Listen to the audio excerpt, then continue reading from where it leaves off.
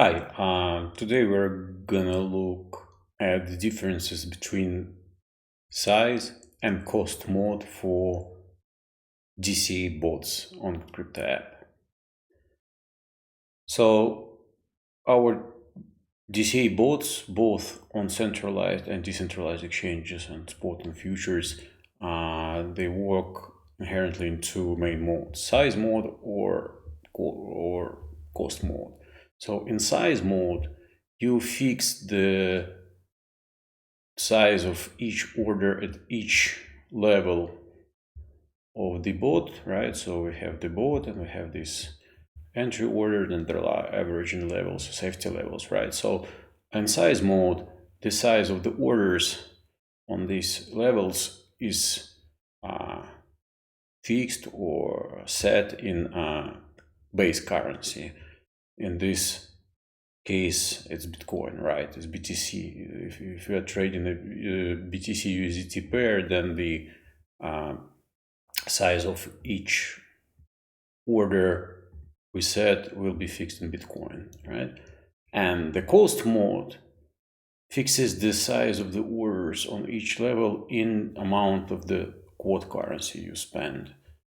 So in this case, it's USDT. So basically, in other words, you are either saying I want to buy a certain amount of Bitcoin on each of those levels, or I want to spend a certain amount of USDT to buy Bitcoin on each of those levels.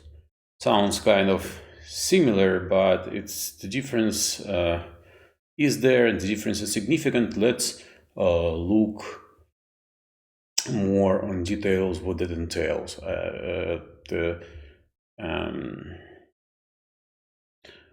Or rather, before we go into an example, let me show you where actually we choose between the modes, and then we'll go into detail what they actually mean. So in centralized exchange, on centralized exchanges, when you set your size of your orders in DCA, you have basically, you can either set it in BTC, exactly as I said, or you can set them in USDT, and we basically tell you that we fix every order size in USDT, right? So if you choose this, that means that it's now in cost mode, and you can see that we say it's entry cost, it's the first averaging cost, an averaging cost multiplier, right?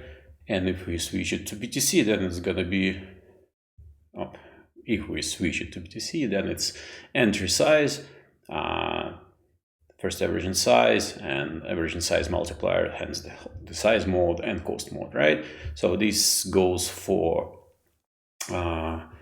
spot and future centralized exchanges, and on DEXs,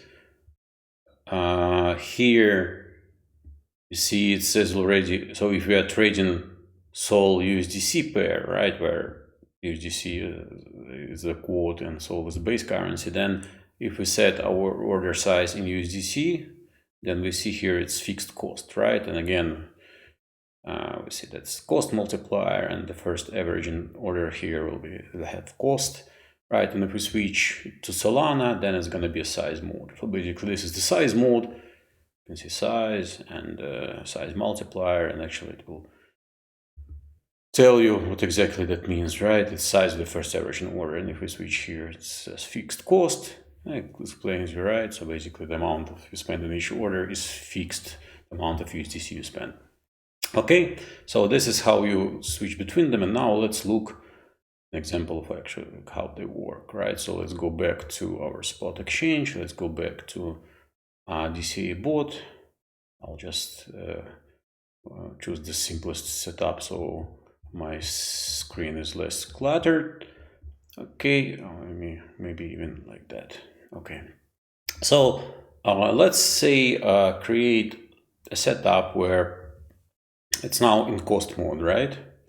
It's USDT, fix every order size in USDT. So let's say we have entry order of 10 USDT, we have first averaging order of 10 USDT, we have 9 averaging orders, so in total we have 10 orders, right? There is an entry order, and there are 9 averaging orders, so in total there are 10. 10 orders, and let's say there is 1% price tab between the levels, and the cost multiplier, let's set it to 1. It's going to be easier to understand, right? And the step multiplier set to 1. So this is the simplest setup, right? So we have 10 orders, 1% of each with same cost, same cost, right? And let's see, we have here an orders list table, what actually that means. So we can see now that we have all the orders that have the same cost, right? So on each of those levels, for each of those orders, you will spend exactly 10 USDT. And given that we have 10 orders, right, you know that now the total you would need is 100 USDT for this setup, right? And that means that, you know, as you will be spending the same amount of USDT, that means that the amount of Bitcoin you'll be buying with each averaging order is actually gonna grow, right? It's gonna be higher with each level. So that's in essence is the how what cost most means. And basically that means that you have this 100 USDT. So in USDT the same, initially the same size everywhere, and it also means that whenever, you know, like the price changes, like if you set your DCA bot on repeat, and let's say now we entered here, and then the next cycle maybe will start here or here, so the price of Bitcoin going up or down, it doesn't matter in terms of the money you spend. You will always be spending 100 USDT for that bot. You don't need more or less money, right? More or less USDT, right? And in this case, if this is kind of the vanilla setup with, you know, all the ones and no multiplier, so it's easier to understand. And here, what's important is that if you apply a multiplier to your orders, right, the size of the order actually will apply to the cost of your order. So if we set here averaging cost multiplier, and now it's set to 1, that means that all your orders are the same size. If we set it to 2, that means that your averaging orders will increase by the factor of 2, will double at each level. So you can see here it's applied to cost, right? So we the entry cost it's still and the first averaging cost is still manually set, right? So we set 10% at first averaging order, and then with each next level the cost of the orders is doubling, right? It was 10, then 20, then 40, then 80, and so on and so forth. And what that also means is that as we spend, you know, double the amount of USDT at each level, the amount of BTC we're buying is actually be growing more than 2 times, because as you can see, the price of Bitcoin with each averaging level goes lower, and obviously, you know, like for the same amount of dollars you can buy more BTC on that level. So maybe it's not that will be, you can actually see here. So from the first to the second level, the cost doubles from 10 to 20, but the amount of BTC more than doubles. So it's 14 times 2, it's 28 here. So, but you're buying 0.00029 Bitcoin. And again, here it cost doubles from 20 to 40. And here,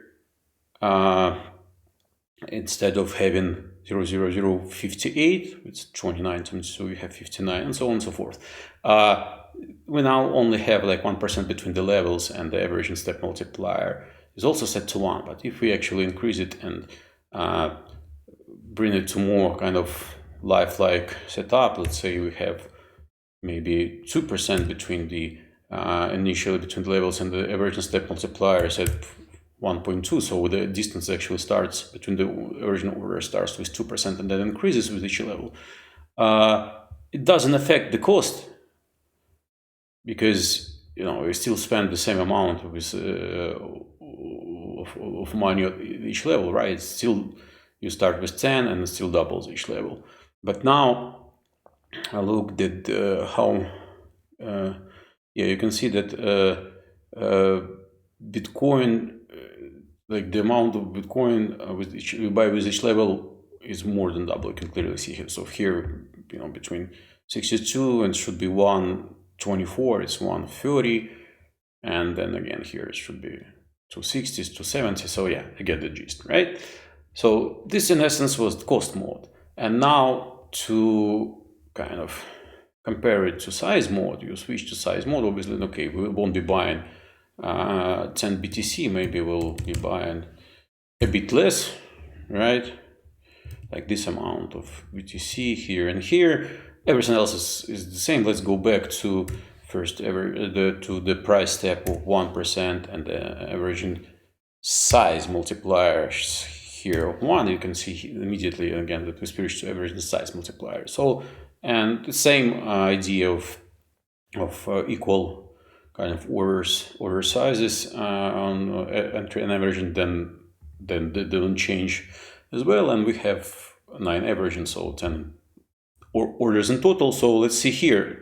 You see immediately, if previously we had the equal cost on each level, now we have equal size each level. So on each averaging level, we will be buying this amount of BTC, 0.0001 BTC. Right, but now you can see here that actually my cost, what happens to my cost, is actually decreases with each level, right? Whereas the cost mode, obviously the cost was the same on each level. Now it decreases because to buy the same amount of BTC, lower, you actually need less USDT, right? You need less USDT to buy same amount of BTC here than here, right? Because the price is lower. So this is the big difference, right? As the order size in BTC is equal, then is the same at each level. That means if the price goes down, you'll actually need less money, less USDT to buy it. Or if the price goes up, it actually means that you will need more, right? USDT to buy it, because right now for the entry order you need like $7, but if let's say it just so happened that we did Bitcoin increase inside and we I don't know, entered here, then you can see here that we already need like almost $9 for the first averaging order. Then in total, you see, actually you can see here, you need in total $83, 83 USDT. If we enter here, if we enter lower, then we need less USDT and less. And so what that means, that the predictability kind of is gone. So you don't know how much money, how much USDT you will need, because if that DCA does multiple cycles, and the price of Bitcoin swings between 60 and 120K, the amount of money the bot needs also swings wildly, right? So this is the kind of the size mode. So that's how they work. It's exactly the same for decentralized exchanges, right? It just does this. We're just looking here because it has this nice table. We haven't introduced this table on DEXs yet, so it's easier to illustrate. So to sum up, like the differences between them is that, again, in cost mode you fix the amount of quote currency or USDT, in this case, you spend at each level, and that gives you predictability, so you know exactly the amount of USDT you need for this bot, and it doesn't change with the price fluctuation of the underlying asset BTC in this point. If you go with size mode, then you fix the amount of BTC you buy at each level, and that you know how much BTC you will buy, but the amount of USDT you will need can vary dramatically with the size or with the price of Bitcoin, right? But the predictability is the main difference, but it's not the only one. It's kind of a derivative from the fact how these modes work, is the fact that all else being equal, cost mode averages down your position more effectively, more efficiently. Why is that? Because if the price goes down, you still, in cost mode, you still spend the same amount or fixed amount of USDT. That means you're buying more Bitcoin, so that means that your lower levels are way more in terms of average position price, average down the positions than the upper levels, and that means that more efficiently, basically, average down your position, your average position price comes down quickly, and that means you need less bounce the price to reach your TP, your take profit level. Let's once again, let's maybe, okay, don't take my word for it. Let's look at the numbers, right? So let's switch back to cost mode. What did we have here? We had like 10 USDT at each level, right? That's what we had, right? So this is like very, very simple example.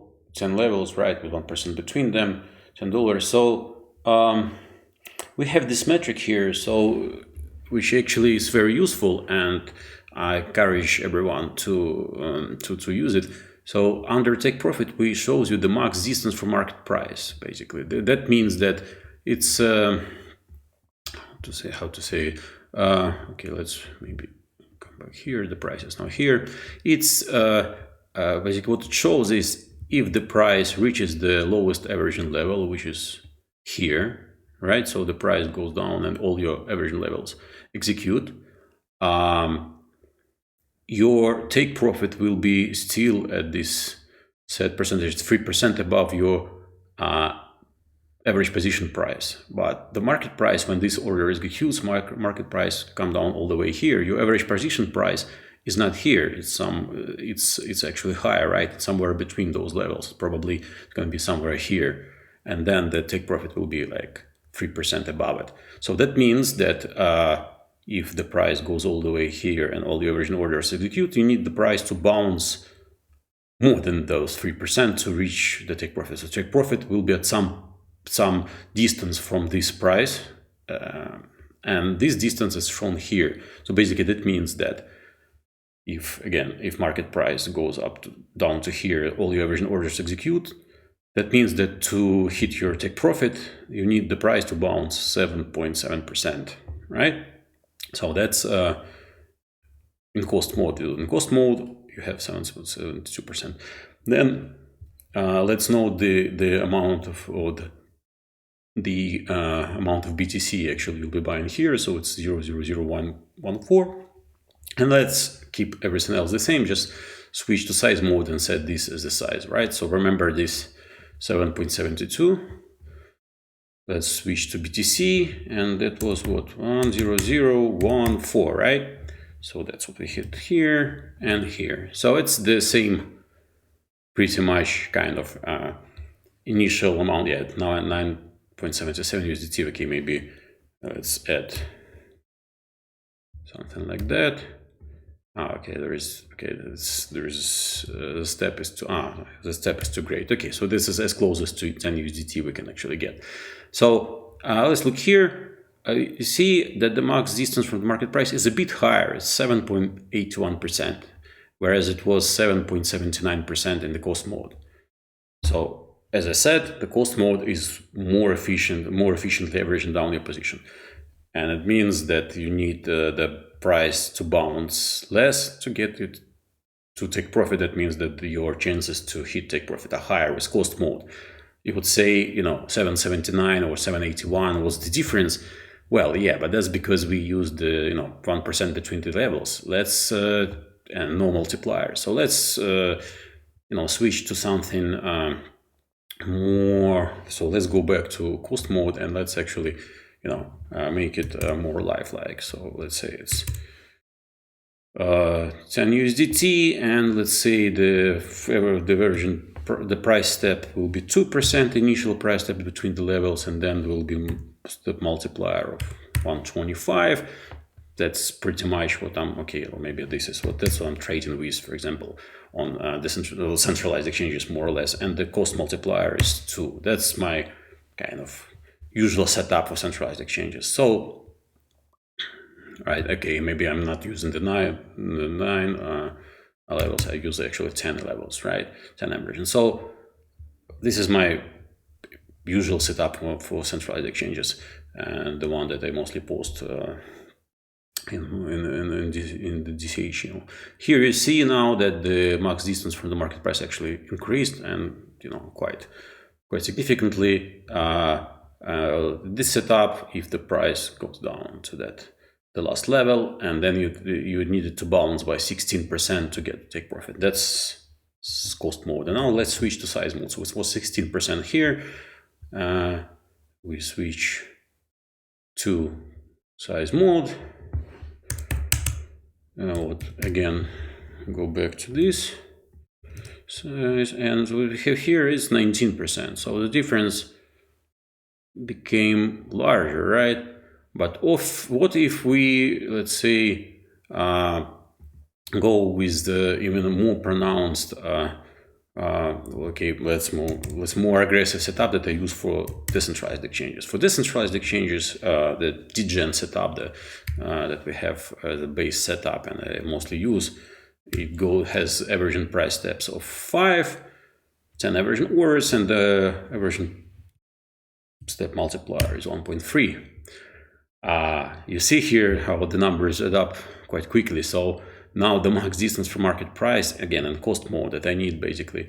So if I need the market price, if it goes up or down to all the averaging levels, the 10th averaging level, I needed the price to bounce by 50% to get my profit, which is, it's a far cry from the 7% that we saw initially. So 50% is a huge number, but now let's switch to size mode. Remember, 53% we needed, right? The bounce we needed with cost mode. Here, okay, I forgot the euro, sorry. Yeah, the zero is back. What we have here, wow, 140%. So, the more aggressive setup is, the larger the size between the price step, the higher the multipliers, the more the difference is pronounced between size and cost mode. So again, with cost mode, same settings, but cost mode, we need the price to bounce just 50% from the last averaging level to reach take profit, and with size mode is 140%. So this is a huge illustration of how much more efficient cost mode is in averaging down your position, right? Obviously, there is downside to it. The cost mode needs more money, right? So whereas in this with size mode in the settings, I would need like 1.7k, right, USDT to fund this. If we go back to cost mode, that was 10 and 10, it's like 10k. So that's where the efficiency of averaging down comes from, because you put a lot more money basically at those lower levels.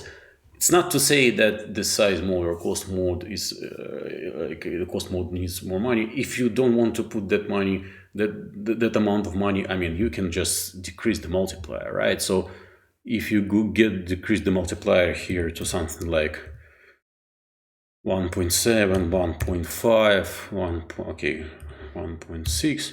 Yeah, so it's 1.6. We're around the same amount of money that we needed with size mode, right? That we needed with size mode, okay, a little bit more. But still, the max distance. So this is the. Okay, maybe we had a little less. Maybe we had something. No. Something like that, so it will be okay, something like that. Yeah. So it's the same amount of money between size and cost mode actually locked into both. But remember, with size mode, we needed the price to bounce 140%. With cost mode, just 44%. It's still light, or 84%. Sorry, 84%. 84% is still a lot, but it's twice less than the size mode. Why is that? Again, because here, like relatively speaking, in cost mode, the weight of the lower levels is higher in averaging down your position. So that's why I'm saying the cost mode averages down the position more efficiently. And that's why we have cost mode as a default mode both on centralized and decentralized exchanges in our DCAs, because it's more predictable and it averages down your position more efficiently. So that's the kind of idea, right? So yeah, that kind of concludes the general theory of size versus cost mode. If you had enough theory for today, thank you for being with us. If you're still hungry for more details, let's look at some more cases, because we only now so far looked at the spot trading with buying, right, as entry signal, and there are some more cases we can also start with sell order, or there is futures, right? So let's just for those of you who trade futures or trade the short setups with sell order as the entry order, let's look at those as well. So for sell orders, well, for setups which start with sell order, that's the manual setups with sell order, or TA signals with that launch with strong sell signals, right, instead of buy. So for short setups, it's it's actually vice versa. As now we're now in cost mode, right? Let's go back to let's say what's the cost multiplier 1. So here, if we fixed every level, okay, maybe that's too aggressive. It's like I cannot see all the levels. Let's go back to something like that. Okay. Anyway, so if we fix the cost of each level in cost mode, we still get the predictability, right? You still get this 100 USDT. Well, it says BTC anyway. So you still get the 100 USDT that you need.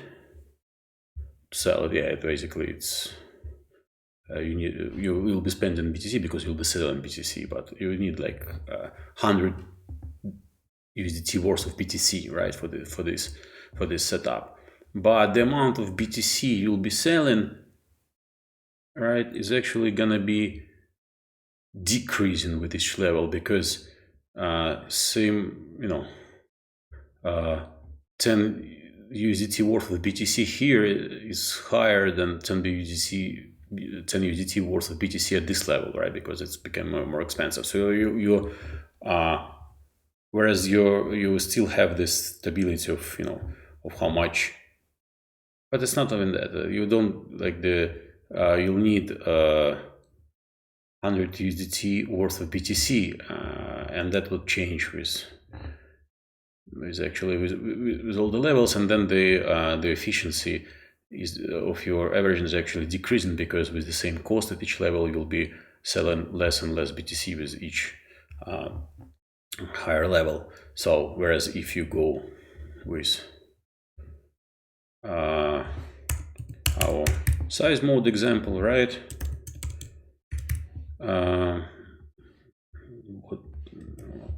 what you get here is you have the same size at each level, but then it means that you'll be spending more basically USDT on each level. That means your efficiency, the averaging up efficiency will be increasing. So sell mode, it's vice versa. So what that basically tells you, if you are using sell mode, you are better off using size mode, not the cost mode, right? So if you use sell signals, just use size mode, is going to be more predictable and more efficient. So that's the difference between buy and sell orders with size and cost mode. And also let's quickly talk about futures. So with futures contracts, the main thing to understand is that cost mode for DCA means fixing the size of the orders in cost of the orders in settled currency, right? Whereas on spot trading, be it centralized exchange or decentralized, we're fixing the cost mode, we're fixing the cost of the orders in quote currency, and with futures we're fixing it in settled currency. So for the most common type of futures, the USD margined one, or the direct or straight futures, right, where basically there is kind of that resemble spot instruments. If you just setters here have the leveraged one, and you have the BTC USDT, and it's settled in USDT, so the settled currency is equal to quote currency basically, right? So they just they behave exactly as the spot instruments on centralized exchanges or DEX exchanges do, right? So it's the same idea here. So if you have 10 USDT, okay, that's too small, let's say, yeah, 10 USDT orders with 9 averaging orders, and again multipliers of 1 everywhere, and the steps of 1. So same as with spot, basically what you get is pretty much all the orders are the same cost in USDT. It's 10 USDT. You need 100 USDT total if you don't use leverage, and obviously if you use leverage you need less, right? If you select the 10x leverage, then you need 1/10 of that, basically, plus 2 fees. That's how futures exchange work. So yeah, you need basically 10 USDT for 100 USDT worth of orders. So that's the most common types of futures, and if you're just using these USD margin futures on any exchange, you are fine, right? However, there are other types of futures, most commonly coin-margined futures or inverse futures, right? That's where the settled currency equals to the base currency. So in this regard, for BTC USD, the settled currency is BTC.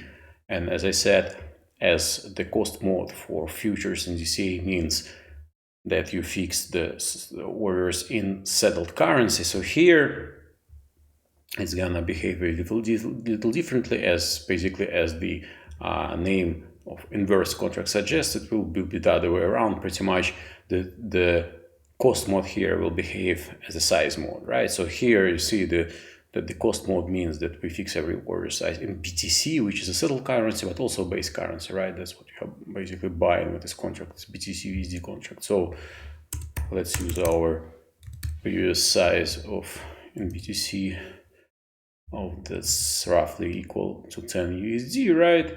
And again, 9 averaging orders, and we have the steps and multipliers of 1, right? So what do we have here? You see here that the cost is fixed in BTC, as I said, but basically it means that the contracts are actually USD contracts. Basically, it's how much BTC you can buy with 1 USD, right? Something like that. So anyway, so you see here that the size of the contracts actually is decreasing with each level, same as the size mode on spot exchanges behave, right? So again, so if you are trading with inverse contracts, you use cost mode if you value the predictability in terms of margin, right? So cost mode still gives you this predictability in terms of the margin needed, so it's going to be fixed, right? However, if you are looking for more efficient averaging, you are better off using actually size mode, in which strangely enough in this case, yeah, it's going to be contracts. Basically, it's kind of a or contracts or USD. This regard basically is pretty much the same, right? Because one contract on this instrument basically equals 1. I don't know. Sorry, it's 100 USD, right? So one contract equals 100 USD, but the same gist basically. You either fix it as 100 USD or one contract. It's pretty much the same, but it's going to be size mode. But in this case, right, let's fix it in USD. So it's going to be easier to understand. So it's 100 USD, 10x leverage. Okay, let's go back to 1x leverage just to make sure that we are It's easy to understand, right? So 2 orders of 100 USD and total of 10 orders, 1 entry and 9 averaging, right? And you see here, so basically, yeah, it's a size mode, so size is equal, right? So basically it's 1 USD, one contract that's 100 USD at each level, right? And then you see that the cost in BTC actually rises, which is kind of logical, right? Because with the lower the price, with the more BTC you can actually buy with 100 USD, or the more BTC you need as a margin to be able to buy 100 USD worth of something, right? So again, if you're trading inverse contracts, it's kind of, if you want predictability in terms of margin, use cost mode. If you want more efficient averaging, use size mode, right? And there is actually third type of the contracts called Quanta. An example would be a BitMEX ETH USD contract where you are trading ETH USD, but it's margined actually in the third currency, in BTC in the case of BitMEX. That's even more peculiar. There, as everywhere with futures, your cost mode means that the order size is fixed in settled currency, BTC in this case, right? But then basically, so again, if you want predictability in terms of margin, you choose BTC, choose cost mode, but it behaves somewhere in the middle between direct and inverse contract, but closer to actual direct contract. Basically here with Quanta, as the levels go lower, its ETH becomes cheaper to USD, whereas the BTC with USD kind of doesn't necessarily become cheaper. So ETH is gonna become cheaper in relation to BTC, like supposedly, or maybe they will go down the same. But anyway, to achieve predictability, as always, even for Quanta contracts, you use cost mode, so you know how much margin you use for each order. Yeah, so that's pretty much sums up, wraps up our overview. So again, let's sum it up. 2 modes to trade with DCA orders, both with centralized and decentralized exchanges: size mode and cost mode. Size mode fixes the order sizes in base currency, like in case of BTC, USDT is gonna be BTC. Cost mode fixes order size in quote currency, or USDT, so basically fixes how much you will spend. So size mode fixes how much you will buy with this order. Cost mode fixes how much you will spend, and cost mode is default mode. On our DCAs, it's more predictable. It gives you a fixed amount of money you're going to spend on each bot, and it's more efficient in averaging your position size. Yeah, so that's pretty much it. Thank you for your attention.